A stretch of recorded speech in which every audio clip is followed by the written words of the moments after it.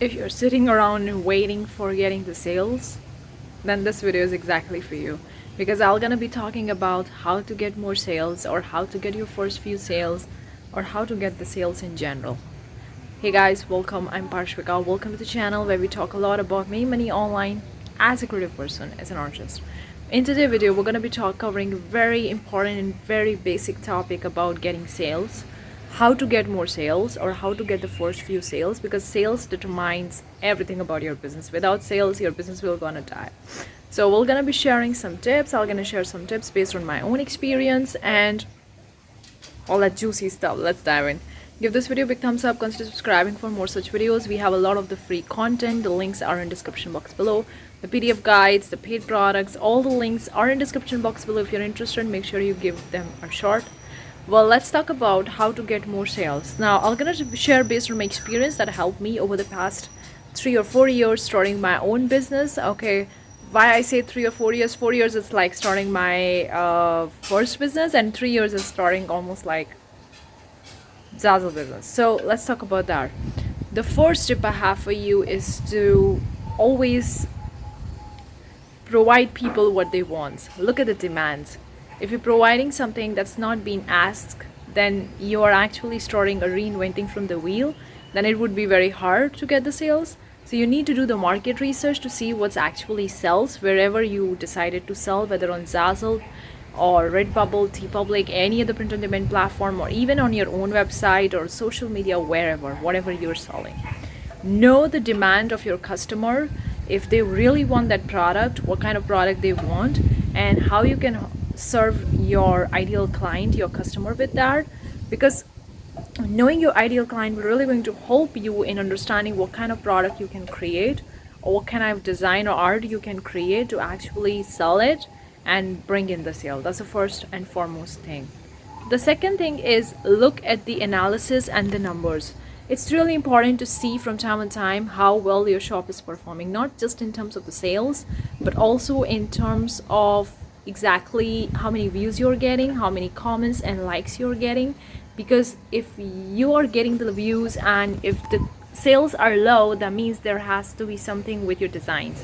You're getting the views because you're doing great with your keywords and tags and your title, but then you're not getting the sales because something is wrong with your designs, or customers are not easily able to access them. Specifically talking in terms of the Zazzle, where the people actually customize the design and put the name, their own name and picture and all their own stuff.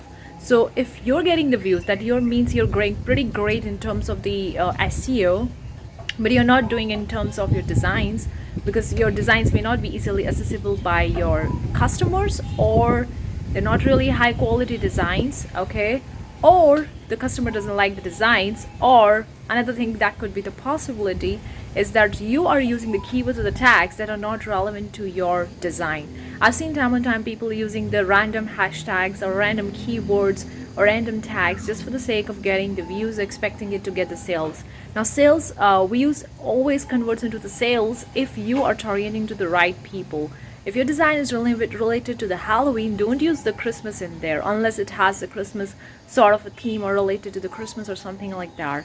You have to target what is relevant to it. If it's not, then people will come and they'll see that it's totally irrelevant and they're not gonna convert, and then you're gonna have a really hard time getting into sales. So as a first and foremost thing is to look at the analysis, because analysis is really going to help you understand what's going on with your shop, why you're not bringing the sale. Is there something wrong with the tags or keywords?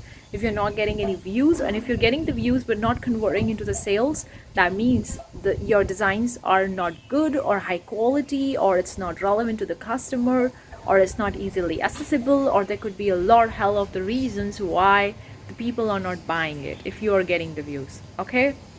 The third tip I have for you is have patience, guys, okay?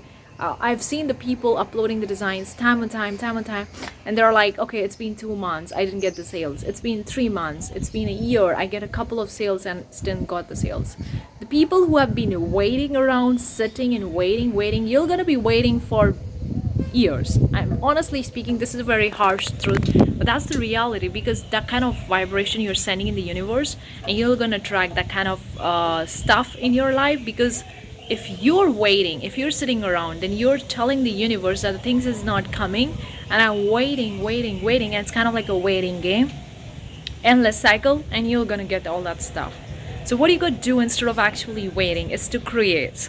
Yes, now you don't need to create too much, or like tired of creating, or overdoing the things, or over analyzing, or overthinking. Now create more in terms of from coming from a place of happiness, peace and joy, because you love creating art, you love creating designs. That's why you're creating. Okay, of course sales are a byproduct of creation, but you're not completely focused or solely focused on the sales, because when you're looking solely, you're like, I want to bring in sales, that's why I'm making art or design. That means you lose the essence of creating your art or design in the first place. Why you started with the art, or why you started with this particular business idea? Only because you love creating the art, not for the sake of the money. Money is a byproduct of these things, because if you don't really love the main product, it's gonna be really hard for you to bring in the sales. So instead of actually waiting, create more, as much as you can, trying different things, trying different stuffs, see what's working the platform, see what other designers or other artists are selling, what actually sells. So if you're not creating, maybe doing the research, maybe doing the market research, or maybe getting more information, or getting some more content, maybe looking at the people, or joining some courses. Like I do have a lot of the courses, guys. If you're interested, the links are in the description box below, or getting the workbooks or ebooks, or like educating yourself, because investing in yourself is also very important in terms of not just getting the sales, but in terms of overall actually building a great business or a brand out there. I do educate myself, and I do join the courses, subscriptions, memberships, and time and time all those stuffs whenever I need it, whenever I need more knowledge, or whenever I need more mindset shifts, because mindset shifts is also really crucial when it comes to business. So that's the thing you could do instead of actually waiting. Another tip I have for you is double down on what's already working for you. Even if you have get a 1 or 2 sales, or a couple of sales, and you want to make more sales, the best thing I would recommend you to double down on what's already working, because you know what's working. If you see there is a pattern in the people coming to your shop and buying a designs, or art, or a product particularly related to specific theme or origin or an occasion or an event, then you know what's working for you, and then double down on that. If you see that the people are buying more Christmas products, now obviously Christmas products kind of like once a week, like a once time in a year, but then still you can sell the Christmas in July. But if you see that you're getting the big sales for the Christmas, then probably go on and do the Christmas work 6 months ahead, and get the designs up and running when nobody else is working on it. Be ahead of the game and put in the work. It's kind of like putting in the work, but then you don't need to overdo that. We are not here to do the hard work, we need to do the smart work. And that's when you know what's working for you, you know how to double down on that to expand and to get more sales. Another important factor in terms of getting the sales is bridging the gap between the niches, or bridging the gap in the market. It's so important to look at what's missing in the market.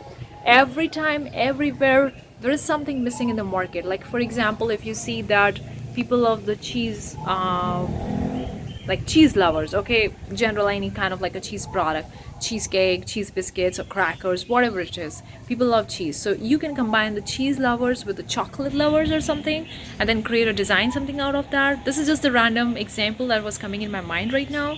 You can see there must be a gap in the market where people are looking for the designs, and they want to bridge the two niches together. For example, if I want to go out and I want to buy a dress for me, okay, I love the watermelon, but then I also like the sea and the summer vibe. So I want the design for my dress needs to be a watermelon combined with the summer or the beach vibe. So I want that kind of design. And if I go into the marketplace and I see there is nothing designed, there is no design, then I won't be buying. So that means there is a demand, but the designs are not there. That means the supply is less, or supply is not even there, and demand is there. Then you can supply those people, or you can supply your designs in that particular niche. And keep in mind, you need to be in love with that particular niche. You need to be really passionate about that, because if you are going for a sports niche and you don't love it, it's not gonna be fun. Trust me. Why I take the example of the sports niche, because I'm not that sports lover, so probably if I target a sports niche, it's not gonna makes me happy. So that's just example that's come in my mind. It can be anything for you.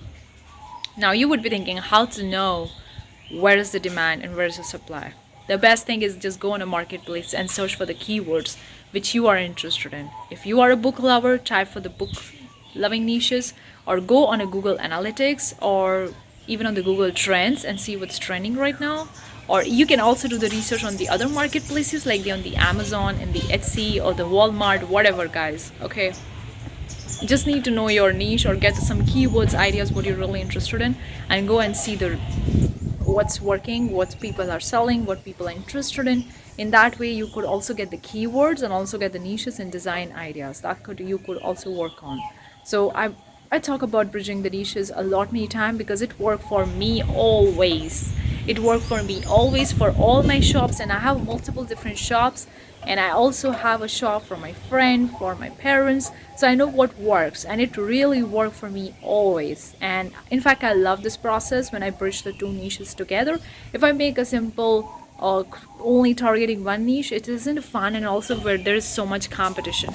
For example, the trees. If you're targeting just the simple trees, now tree designs are so many tree designs out there.